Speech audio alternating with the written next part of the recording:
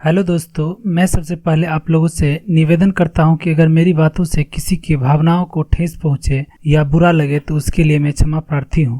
मैं इन सब बातों पर नहीं बोलना चाहता हूं, लेकिन कुछ महानुभाव ऐसे हैं जो ऐसे ऐसे ऑडियो जारी करते हैं जिसके कारण हमें बोलने पर मजबूर करते हैं और इतना उत्तेजित होकर बातें करते हैं कि अपनी औकात को भूल जाते हैं कि हम क्या और किनके बारे में बातें कर रहे हैं और क्या बोल रहे हैं। और ऐसे ऐसे बातें करते हैं कि सारी जानकारी जो डीएलएड किया है उन्हीं के पास में है, जो बीएड किया है वह कुछ जानता ही नहीं है। वे अपने आप को 30 मार्का समझते हैं। वे 2011-12 शिक्षक नियमावली समझा रहे हैं कि तो भैया बताइए, पहला क्वेश्चन है आपसे। पहला क्वेश्चन है, क्या 2011 से 2014 में जो शिक्षक बहाली हुई थी उसमें बीएड वाले से पहले डीएलएड वालों को लिया गया था क्या? जवाब है नहीं। चाहे उनकी संख्या जितनी भी हो, हम यहाँ पर नियमावली में निहित टर्म्स एंड कंडीशन की बातें कर रहे हैं। दूसरा क्वेश्चन है, क्या 2011 से 14 में जो शिक्षक नियोजन हुआ था उसमें क्या बीएड वालों को अनट्रेंड के रूप बहाली हुआ था? जवाब है नहीं। तीसरा क्वेश्चन है, क्या 2011 से 2014 में जो शिक्षक बहाली हुई थी उसमें डीएलएड वालों को प्राथमिकता दिया गया था? जवाब है नहीं। जितने भी बीएड हो या डीएलएड हो सबको समान अवसर दिया गया था और जो बीएड 1 से 5 में नियुक्त हुए थे वह ट्रेंड के रूप में हुए थे। तो खुद कह रहे हैं कि शिक्षक नियोजन 2011-12 का नियमावली के आधार पर हो रही है, तो इसमें प्राथमिकता कहाँ से आ गई?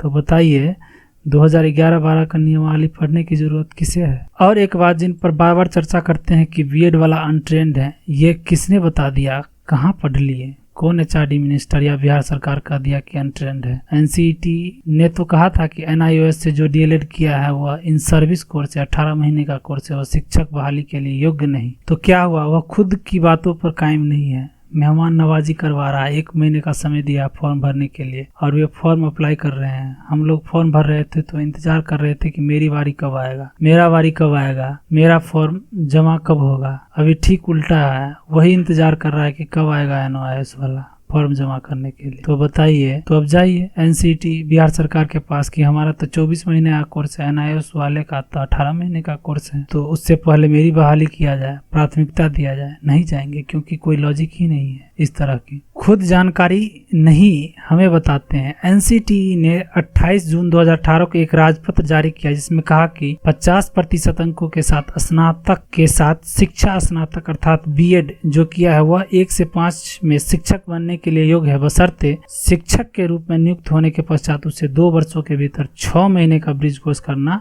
आवश्यक होगा। तो अब डीएलएड वालों को दिमाग में ये चीज बैठ गया कि 6 महीने का ब्रिज कोर्स करेगा तब ट्रेंड होगा, अभी अनट्रेंड है। तो अगर ऐसा रहता तो एनसीईटी ने क्यों कहा कि नियुक्त होने के पश्चात, ध्यान दीजिएगा, नियुक्त होने के पश्चात ब्रिज कोर्स करना है, पहले नहीं करना है। जब नियुक्ति आपकी हो जाएगी तब आपको ब्रिज कोर्स करना है। अगर उसे लगता कि ये अनट्रेंड है तो इसे बोल देते कि भाई अगर 1 से 5 में शिक्षक बनना है तो 6 महीने का ब्रिज कोर्स कर लो। क्यों नहीं कहा? ये था पहला लॉजिक। अब दूसरा लॉजिक सुनिए।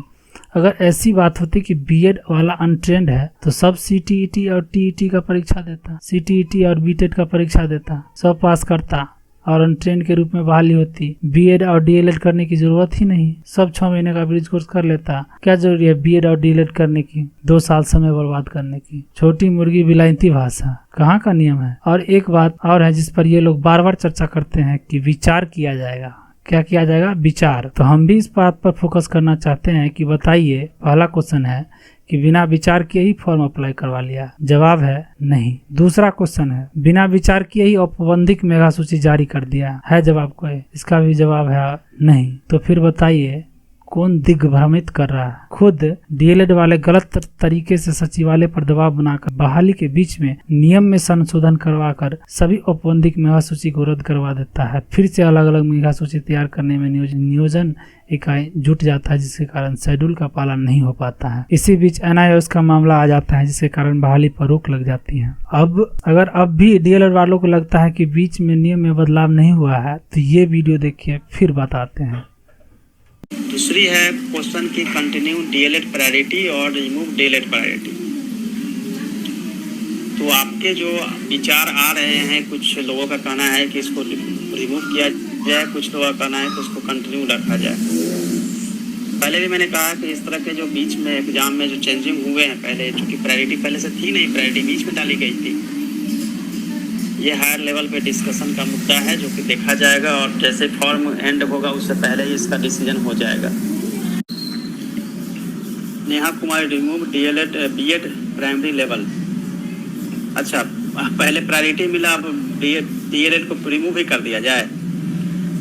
मतलब ऐसा है कि आप सभी चाहते हैं कि दूसरे के कॉस्ट पे मेरा हो जाए, बाकी दुनिया जाए जहाँ जाना है कोई जवाब? अगर अब भी कुछ बोलेंगे तो थथोलॉजी का कोई जवाब नहीं। डोमिसाइल के बारे में क्यों कहते हैं आईएएस रंजीत कुमार सिंह अभी नहीं हो सकता, क्योंकि जो भी रूल रेगुलेशन बनाया जाता है वह विज्ञापन से पहले सारा प्रक्रिया हो जाने के बाद बीच में किसी भी प्रकार का चेंज नहीं किया जा सकता है। और एक बात पर चर्चा करते हैं कि इस स्टेट में नहीं दिया गया, उस स्टेट में नहीं दिया गया, इससे पीछे का कारण पूरी बात तो बताते नहीं है। केवीएस में दिया गया, कोई प्राथमिकता नहीं, समान अवसर दिया गया बीएड और डीएलएड वालों को, ये बात बताते हैं। एक और बात बताइए, 2017 में टीईटी हुआ था, उस समय बीएड वालों को 1 to 5 में नहीं दिया गया था, तो क्या गया था कि हमें भी मौका दिया जाए? नहीं गया था। जब ऊपर से आदेश आया तो डीएलएड वालों को क्यों फट रहा है, यही बात हमको समझ में नहीं आता। और एक बात की चर्चा कर रहा था कि डीएलएड कॉलेज वाला कमीशन देता है, तो बताइए बीएड कॉलेज वाला कमीशन नहीं देता है, वो घर में चलाया जाता है कि कुछ भी बोल देते हैं। और आलू और कद्दू छीलने की बातें कर रहा था, तो सुनिए, अगर आलू ही कद्दू छीलना है तो शिक्षक बहाली के लिए क्यों मार कर रहे हैं? जाइए आलू और कद्दू छीलिए, क्योंकि स्कूल में तो ऑलरेडी रसोईया है, वहां पर जाकर क्या कीजिएगा? बोलने की भी सीमा होती है, वे लोग तो हर सीमा को पार कर जाते हैं, कहते हैं हम लोग